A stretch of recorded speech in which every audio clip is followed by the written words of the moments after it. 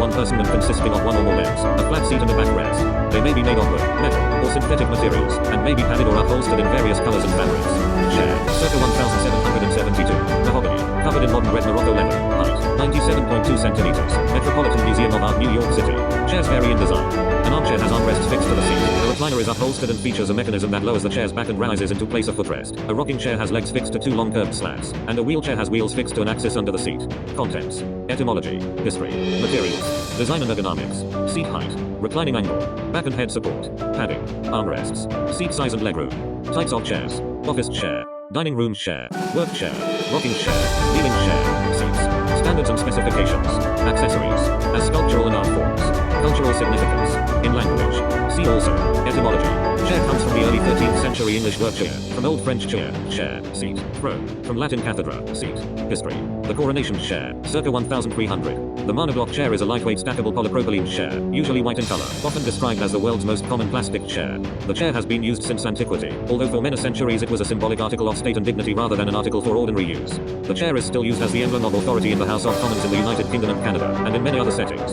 In keeping with this historical connotation of the chair as the symbol of authority, committees, boards of directors, and academic departments all have a chairman or chair. 8. Endowed professorships are referred to as chairs. It was not until the 16th century that chairs became common.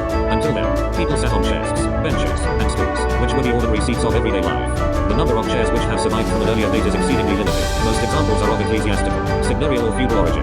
Chairs were in existence since at least the early dynastic period of Egypt, c. 3100 BC. They were covered with cloth or leather, were made of carved wood, and were much lower than today's chairs. Chair seats were sometimes only 10 inches, 25 cm, high. In ancient Egypt, chairs appear to have been of great richness and splendor.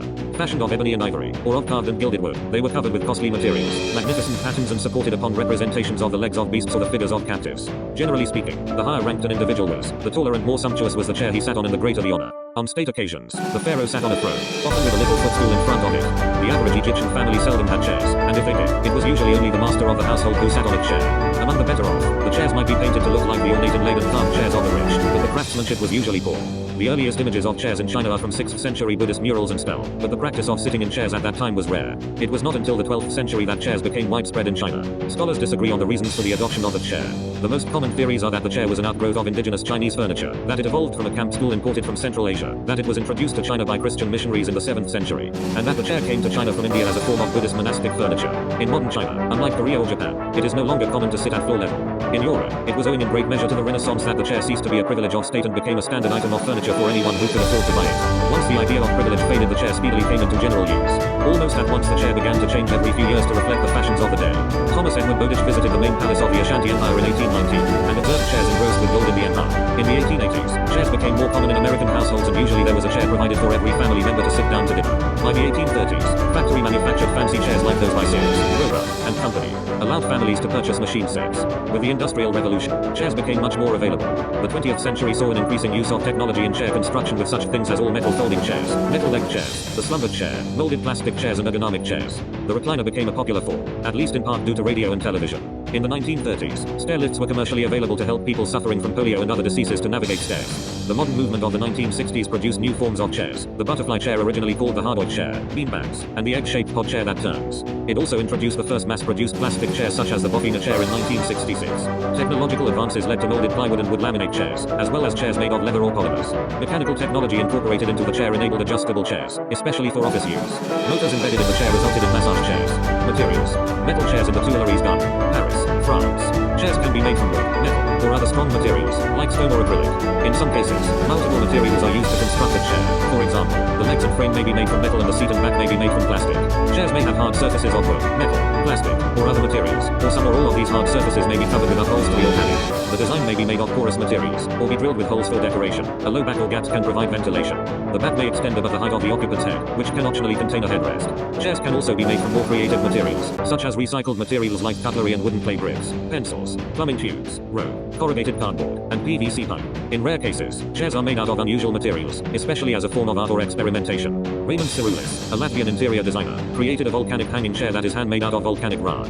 Peter Brenner, a Dutch-born German designer, has created a chair made from lollipop sugar 60 pounds, 27 kg of confectioner's sugar. Design and ergonomics. Chair design considers intended usage, ergonomics, how comfortable it is for the occupant, as well as non-ergonomic functional requirements such as size, stacking ability, folding ability, weight, durability, stain resistance, and artistic design. Seat height. Seats with adjustable height. Ergonomic design distributes the weight of the occupant to various parts of the body. This is done by having an easily adjustable seat height. A seat that is higher results in dangling feet and increased pressure on the underside of the knees. Popliteal fold. It may also result in no weight on the feet, which means more weight elsewhere. A lower seat may shift too much weight to the seat bones. Ischial tuberosities. Gas springs are attached to the body of the chair in order to give height adjustment and more comfort to the user. Some chairs have footrests. Around 15% of women and 2% of men need footrests, even at the 16-inch, 41 cm, chair height. A stool or other simple chair may have a simple straight or curved bar near the bottom for the sitter to place their feet on. Actual chair dimensions are determined by measurements of the human body or anthropometric measurements. The two most relevant anthropometric measurement for chair design is the popliteal height and buttock popliteal length. For someone seated, the popliteal height is the distance from the underside of the foot to the underside of the thigh at the knees. It is sometimes called the stool height. The term sitting height is reserved for the height to the top of the head when seated. For American men, the median popliteal height is 16.3 inches, 41 cm, and for American women it is 15.0 inches, 38 cm. 27. The popliteal height, after adjusting for heels, clothing and other issues, is used to determine the height of the chair seat. Mass-produced chairs are typically 17 inches, 43 cm, high. Researchers such as Mary Blade and Galen Kranz found that sitting on the edge of a high stool with feet on the floor is less harmful for the lower back than sitting up straight on a conventional chair. Reclining angle. The type of chair popular in Western Hubei, China, with a fairly low seat and the back inclined at about 45 degrees from the vertical. Different types of chairs can have a variety of seating positions, depending on the intended task. Typically, chairs intended for people completing work or dining can only recline very slightly, otherwise the occupant is too far away from the desk or table. Dental chairs are necessarily reclined.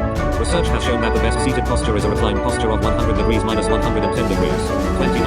In order to recline, the backrest may be independently adjustable. A reclining seat and back will reduce the load on the occupant's back muscles. In general, if the occupant is supposed to sit for a long time, weight needs to be taken off the seat area, and thus easy chairs intended for long periods of sitting are generally at least slightly reclined. Back and head support. The errand chair, with lumbar support. The back of the chair will support some of the weight of the occupant, reducing the weight on other parts of the body. Some backrests support only the lumbar region, while shoulder height backrests support the entire back and shoulders. Headrests support the head as well and are important in vehicles for preventing whiplash neck injuries and rear-end collisions where the head is jerked back suddenly. Reclining chairs typically have at least shoulder height backrests to shift weight to the shoulders. Padding. There may be cases where padding is not desirable, such as chairs that are intended primarily for outdoor use. Where padding is not desirable, contouring may be used instead. A contour seat pad attempts to distribute weight without padding. By matching the shape of the occupant's buttocks, weight is distributed and maximum pressure is reduced. Armrests. Main article, armrest. A chair may or may not have armrests. Chairs with armrests are termed armchairs. In French, a distinction is made between fauteuil and chaise, the terms for chairs with and without armrests, respectively. In Germany, an armchair was once called a Krankensessel, or sick chair, because it was intended for people who were too ill to stand or sit without extra support.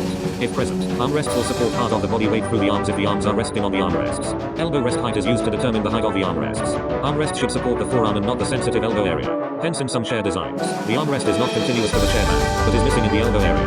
Armrests further have the function of making entry and exit from the chair easier, but from the side it becomes more difficult. Seats